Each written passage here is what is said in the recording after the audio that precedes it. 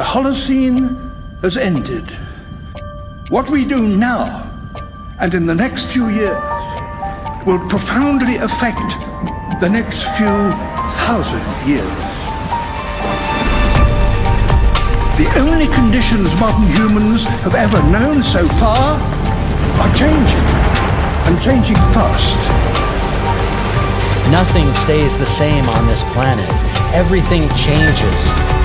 The Earth is going into one of these jumps, and you don't know what is going to be on the other side of those jumps.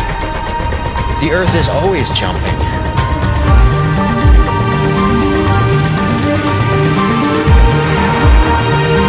Things move on this planet. Things are not still. Everything is turning.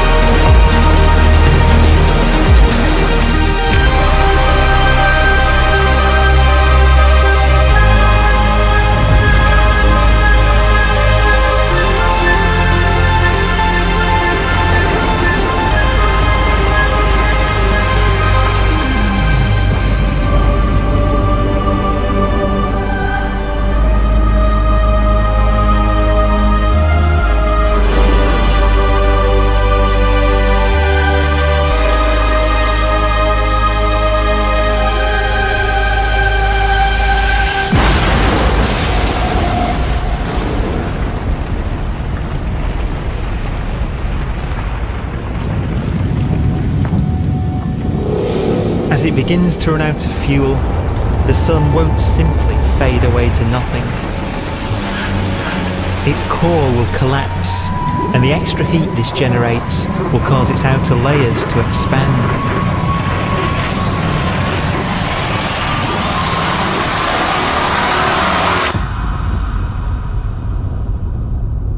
The sun is now dead. It remains slowly cooling in the freezing temperatures of deep space.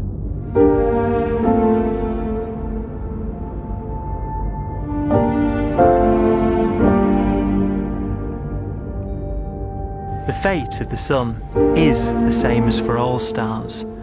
One day they must all eventually die, and the cosmos will be plunged into eternal night. All stars eventually will run out of fuel. The temperature of the universe drops. The stars, one by one, in the night sky, will turn off. And there'll be no more new stars created. And so that the universe will end not with a bang, but with a whimper. And not in fire, but in ice.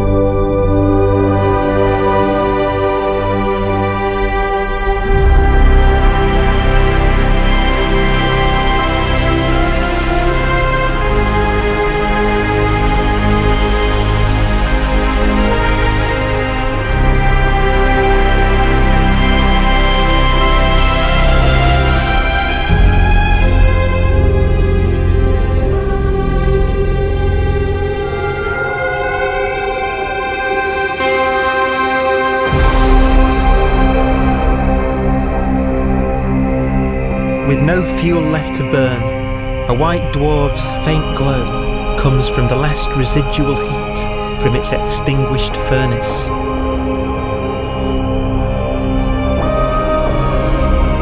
Looking at it from where the Earth is now, it would only generate the same amount of light as the full moon on a clear night.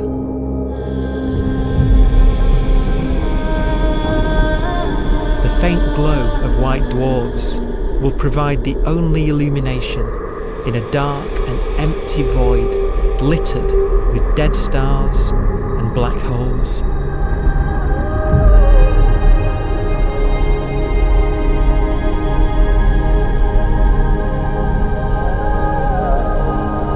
ways, it's kind of a ghost universe. It's the corpses, the zombie stars, that will take us into the future.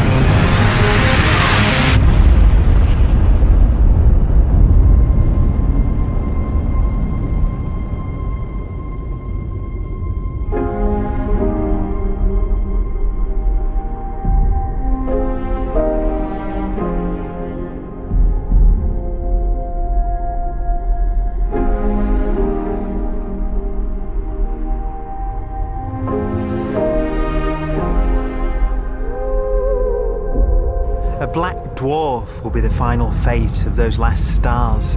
White dwarfs that have become so cold that they barely emit any more heat or light. Black dwarfs are dark, dense, decaying balls of degenerate matter, little more than the ashes of stars. Their constituent atoms are so severely crushed that black dwarfs are 1,000,000 times denser than our sun.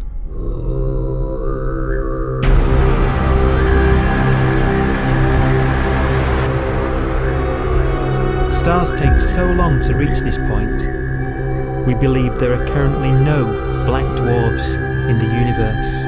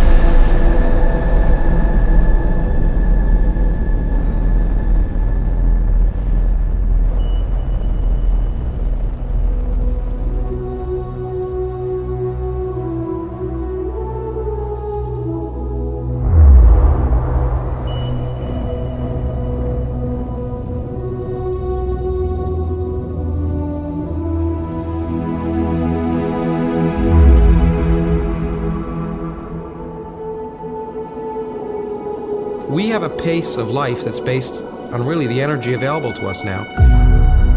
You could imagine living conscious systems which have a very different pace and therefore can extend out at least a lot farther than you'd imagine otherwise.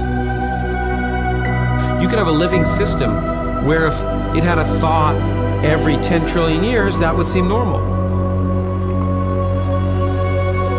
Even if our life dies out, one could imagine at some time arbitrarily far in the future, a fluctuation occurs which allows intelligent life to exist again for a little while. So you might have islands in time of intelligence.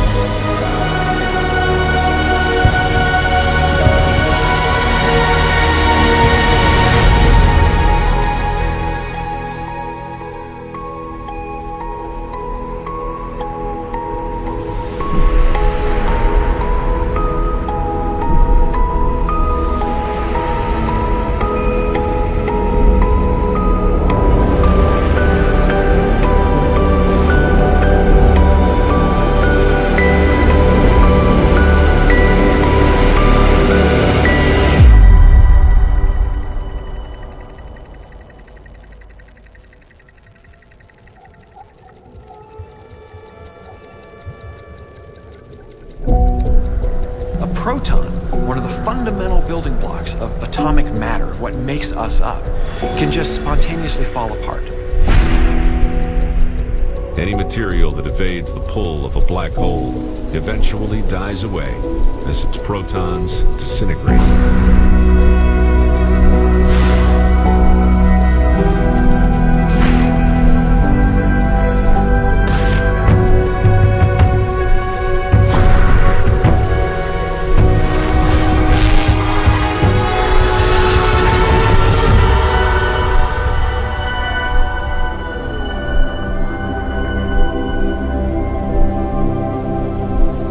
The matter inside black dwarfs, the last matter in the universe, will eventually evaporate away and be carried off into the void as radiation, leaving absolutely nothing behind.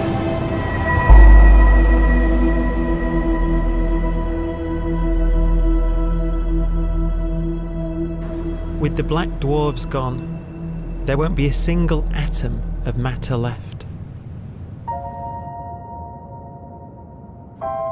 All that will remain of our once rich cosmos will be particles of light and black holes.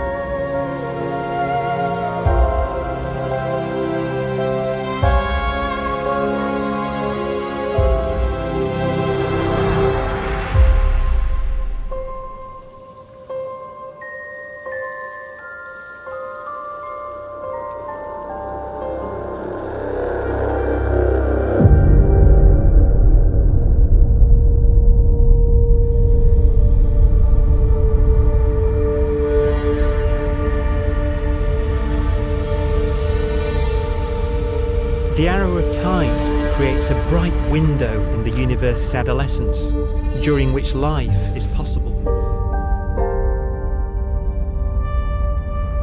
But it's a window that doesn't stay open for long. As a fraction of the lifespan of the universe, as measured from its beginning to the evaporation of the last black hole, life, as we know it, is only possible for 1,000th of a billion billionth of a percent.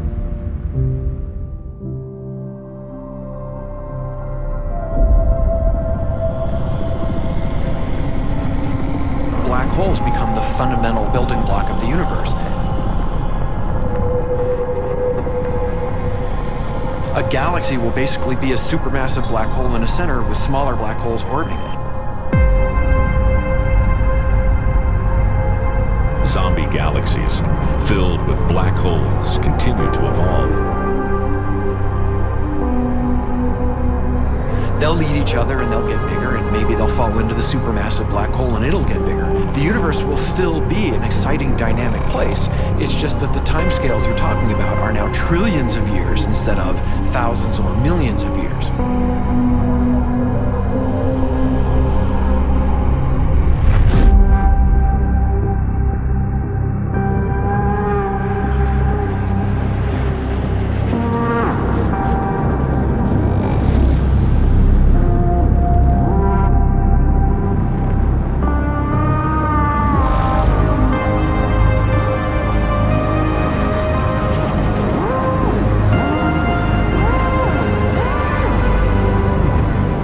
Black holes can bang on space-time like mallets on a drum.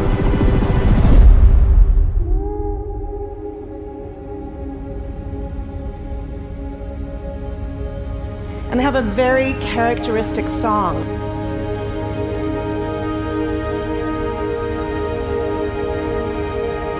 Imagine two black holes that have lived a long life together. At the end of their lives, they're going around each other, crossing thousands of kilometers in a fraction of a second.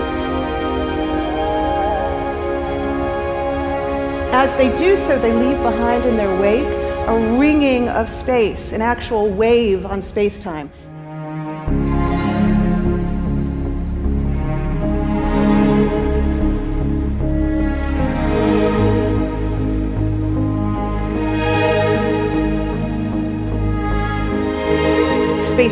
squeezes and stretches as it emanates out from these black holes banging on the universe. Those are the gravitational waves. They are literally the sounds of space ringing. And they will travel out from these black holes at the speed of light as they ring down and coalesce to one spinning, quiet black hole.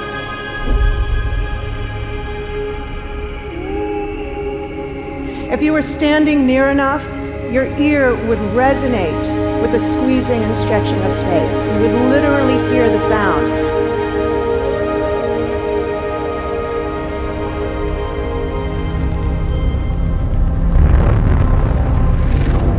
Imagine a lighter black hole falling into a very heavy black hole. The sound you're hearing is a light black hole banging on space each time it gets close.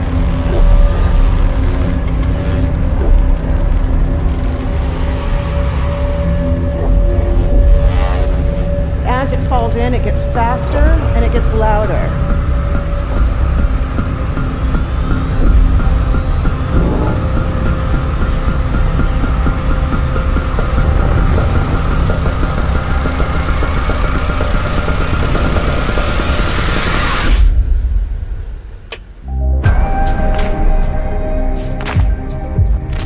Scientists used to think black holes were immortal, but even these will one day die.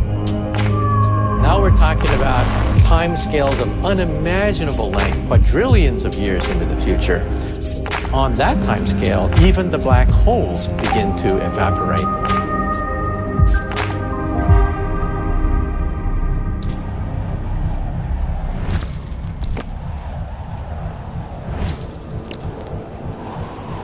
According to quantum mechanics, space is filled with virtual particles, antiparticles, that are constantly materializing in pairs, separating, coming together again, and annihilating each other.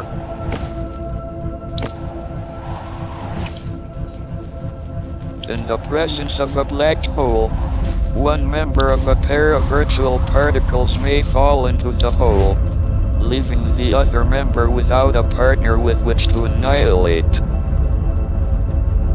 The forsaken particle appears to be radiation emitted by the black hole. And so, black holes are not eternal. They evaporate away at an increasing rate until they vanish in a gigantic explosion.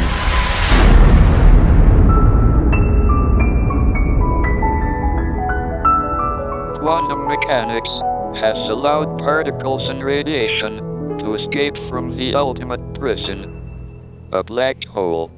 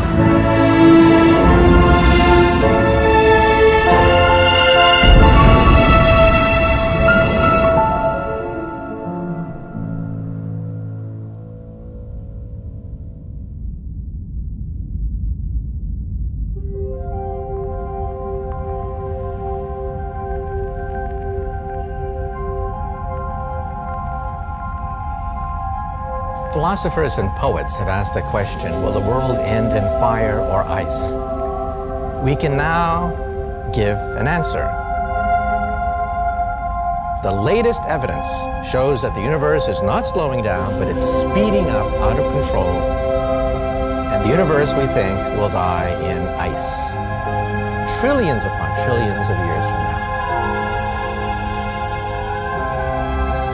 Empty space itself has energy. In every little cubic centimeter of space, whether or not there's stuff whether or not there's particles, matter, radiation, or whatever, there is still energy, even in the space itself. And this energy, according to Einstein, exerts a push on the universe. What is the weird stuff that's accelerating the universe? We call it dark energy. And this stuff is the dominant stuff of the universe. Almost 3/4 of the matter-energy content of the universe is this dark energy. And we don't know what it is. Dark energy, unlike matter or radiation, does not dilute away as the universe expands. This has crucial implications for what the universe is going to do in the future. So what will be the future of the universe? Well, if the dark energy remains dominant and repulsive, the universe will expand forever.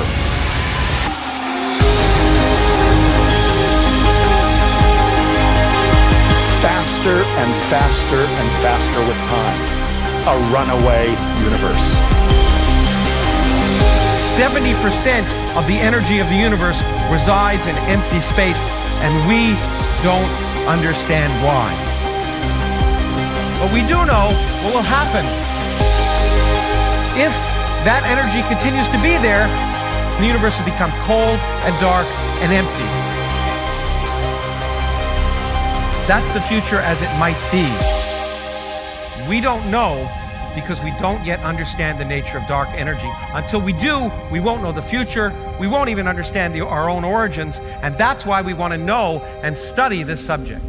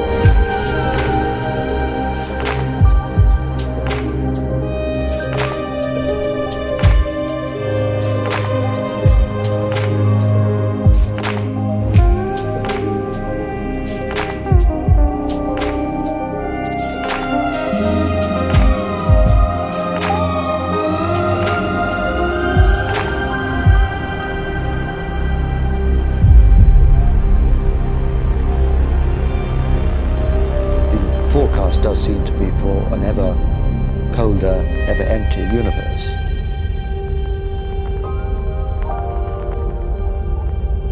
But then, of course, we have to ask, could that end lead to a new beginning?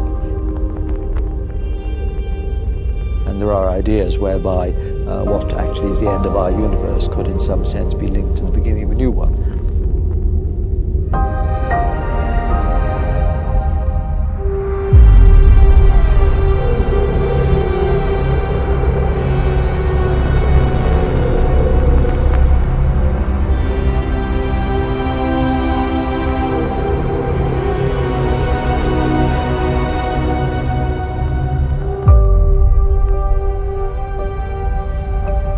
We've worked out the mathematics, the equations. They seem to say that if you have an atom smasher that can concentrate tremendous amounts of energy at a single point, you can perhaps open up a gateway, a baby universe.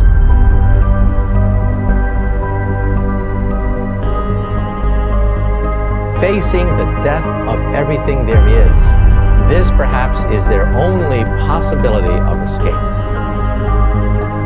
And this also raises a very intriguing possibility, sheer speculation of course, that perhaps any universe that has intelligent life in it will create baby universes, will create lifeboats, and proliferate child universes. So an evolution may take among universes in the multiverse. Survival of the fittest may take place.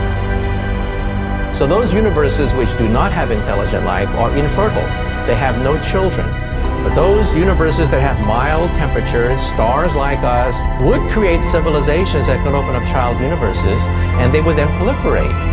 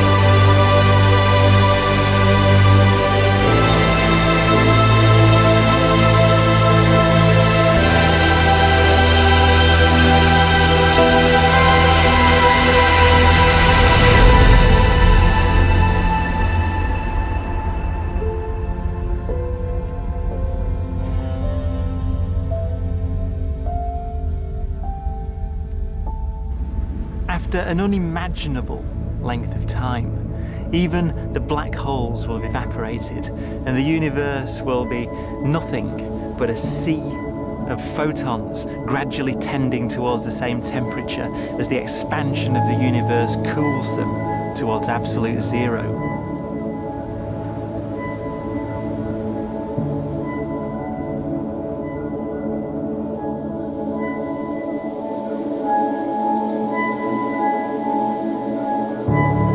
Once the very last remnants of the very last stars have finally decayed away to nothing, and everything reaches the same temperature, the story of the universe finally comes to an end.